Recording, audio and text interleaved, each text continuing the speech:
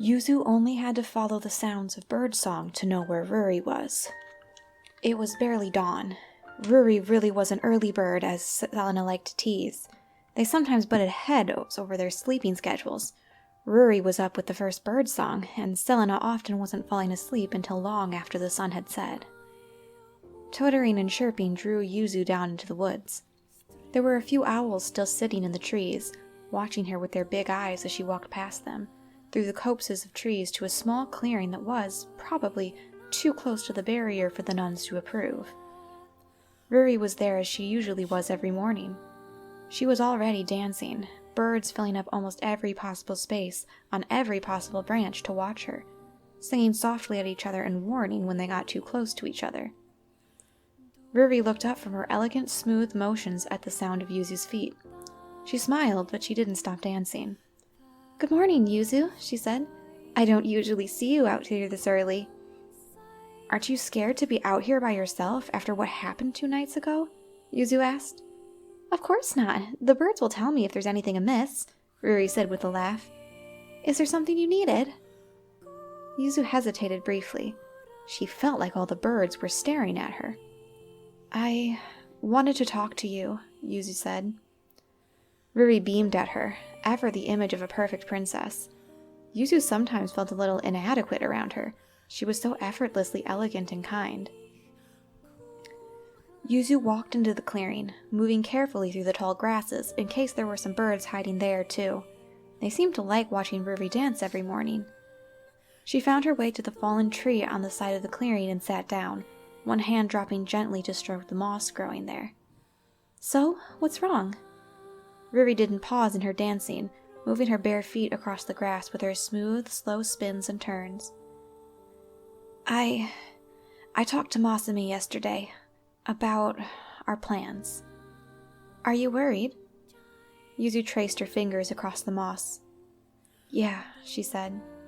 "Well, that usually accompanies a large decision," Ruri said. "Do you need to talk about it?" "Ruri, do you miss your family?"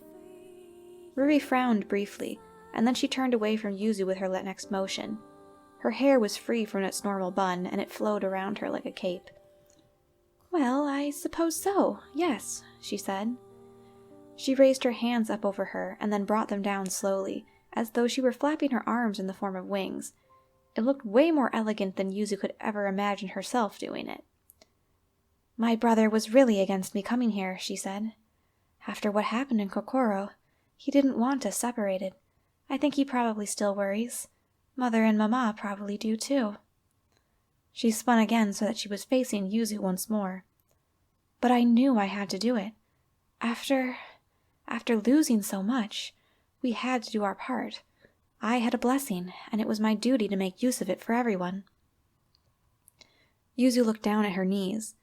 She didn't know too much about what had happened when Ruri was a child. She had gotten snippets every now and then.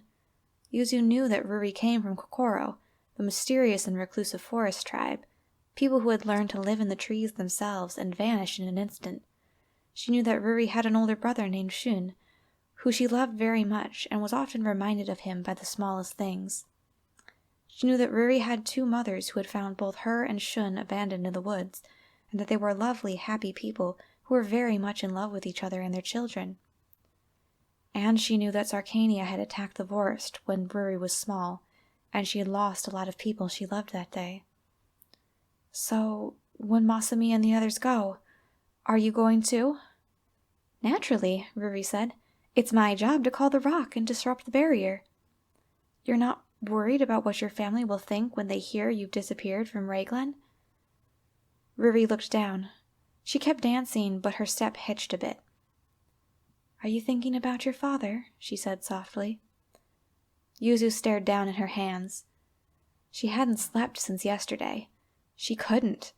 Not after that strange encounter in the woods with that woman, or the shape they had seen in the dark when their bracelets glowed, or after her talk with Masami and her thoughts of her father.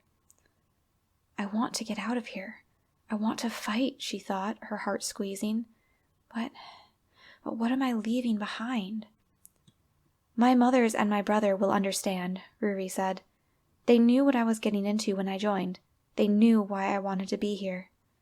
so that you could protect your home again next time, right? Yuzu said. Ruri's lips pressed together briefly, and her magenta eyes clouded. Her dance slowly slid to a stop, and she just stood there, staring at the sky. Her hair floated around her, her face illuminated in profile. "Maybe that's it," she murmured, staring at nothing. A few birds shifted their wings and twittered softly, but the clearing felt immensely silent all of a sudden. Yuzu half stood. "Ruri?" Ruri looked quickly down at the ground, her hands curling into fists. "I never told any of you," she said, her voice hoarse. "I had a friend too, like Rin's Yugo, and he disappeared that day. I lost him in the fire and I couldn't find him. I could just hear him, screaming for someone to help him." Yuzu's heart clenched. She stood up fully and half ran over to Ruri, grabbing her hand. "Ruri," she whispered. "Ruri, you were barely a kid back then." Ruri shook her head. "I could have done something more. If only I had honed my abilities instead of just played with them," she said. "Because of me, Yuto is dead." She swallowed thickly. "I won't disrespect his memory. I won't fail him again." "Ruri," Yuzu whispered. Ruri seemed to blink out of some reverie. She smiled again, the perfect mask of quiet serenity back on her face. She put her other hand on top of Yuzu's, smiling as she clasped Yuzu's hands.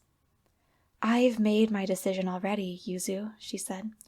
"I know where I want to belong and what I want to do with my memories." She cupped Yuzu's face briefly, and her smile got a little sad. Then she pressed her forehead to Yuzu's. "You have to decide what you want to become with your memories," she said, "and no one can make that decision for you." They just stood there for a moment, Yuzu's hand trembling in Ruri's as she felt Ruri's breath against her face and her hand cool on her cheek. And then Ruri squeezed her hand once more and stepped back. "I'll see you at breakfast," she said. "The birds will wait for you to go before they leave, okay?" And then she was gone, and Yuzu was alone, her thoughts twisting and turning and her stomach flip-flopping.